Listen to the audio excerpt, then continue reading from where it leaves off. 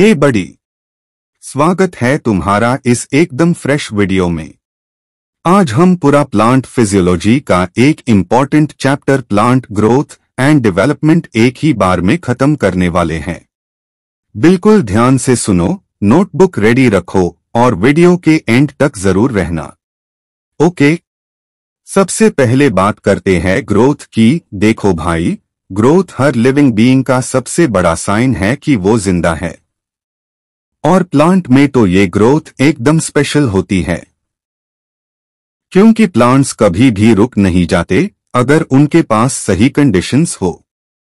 मतलब एक प्लांट कैसे भी हो, अगर मेरिस्टेमेटिक टिश्यू है ना, तो नई नई सेल्स बनती ही रहेंगी।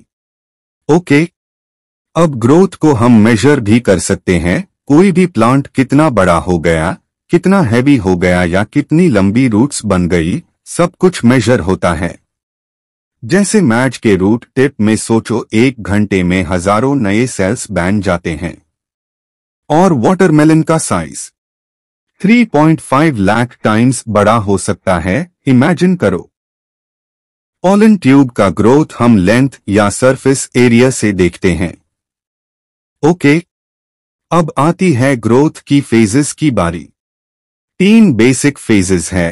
पहला मेरिस्टेमेटिक फेज, इसमें बस सेल डिवाइड हो रहे होते हैं, जैसे रूट टिप, शूट टिप। दूसरा इलोंगेशन फेज, यहां सेल्स लंबा होता है, वैक्यूल बनता है और सेल वॉल ग्रो होती है। तीसरा मैचुरेशन फेज, अब सेल फुली मैच्योर हो जाता है, रूट हेयर बन जाते हैं, सब फाइनल मॉडिफिकेशंस होती है। ओके, ग्रोथ का एक कर्व भी होता है, जैसे अर्थमेटिक ग्रोथ, सीधा सीधा एक हाई स्पीड से बढ़ना। एग्जाम्पल, रूट की कांस्टेंट लेंथ इंक्रीज। FIR होता है ज्योमेट्रिक ग्रोथ, यहां डबलिंग होती है। एक्सपोनेंशियल और कर्व होता है एकदम एस शेप का lag phase, log phase, FIR stationary phase.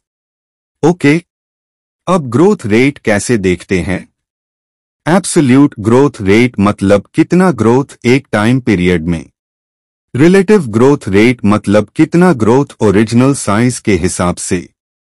Okay, अब समझो प्लांट को ग्रो होने के लिए क्या चाहिए? पानी। सेल को टर्जिडिटी मिलेगी, एंजाइम्स काम करेंगे। ऑक्सीजन, एनर्जी मिलेगी। न्यूट्रिएंट्स, फूड और बिल्डिंग ब्लॉक्स। टेम्परेचर हर प्लांट का अपना ऑप्टिमम होता है। और लाइट, ग्रेविटी जैसे एनवायरमेंटल सिग्नल्स भी इंपॉर्टेंट है।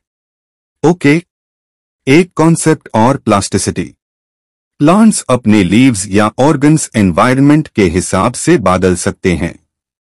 जैसे बटरकप प्लांट, पानी में अलग लीफ, जमीन पे अलग लीफ। इसको कहते हैं हेटेरोफिली, और यही प्लास्टिसिटी को दिखता है। ओके, अब 3 बेड terms, differentiation, dedifferentiation, redifferentiation. Differentiation, जब मेरिस्टेमेटिक सेल्स मैच्योर होके स्पेशल सेल्स बन जाते हैं, जैसे ट्रेकियरी एलिमेंट। डी-डिफरेंशिएशन, कभी कभी मैच्योर सेल वापस डिवाइड करने लगता है, जैसे इंटरफासिकुलर कैम्बियम या कोर कैम्बियम। रेडिफरेंशिएशन, जब डी-डिफरेंशिएटेड सेल फर्स्ट मैच्योर होके स्पेसिफिक काम करता है, जैसे सेकेंडरी टिश्यूज इन woody plants. Okay, plant growth regulators भी समझ लो, ऑक्सिन, जिबरेलिन, साइटोकिनिन। ये ग्रोथ को बढ़ते हैं। अबा और एथिलीन, मोस्टली ग्रोथ को रोकने वेल या रेगुलेट करने वाले। एथिलीन गैस फॉर्म में होता है और फ्रूट राइपनिंग में भी काम आता है।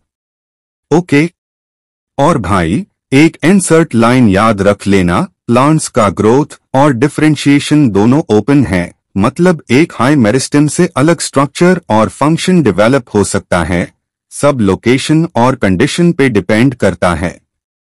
ओके, बस भाई, इस वीडियो में इतना ही, पूरा कॉन्सेप्ट कवर हो गया।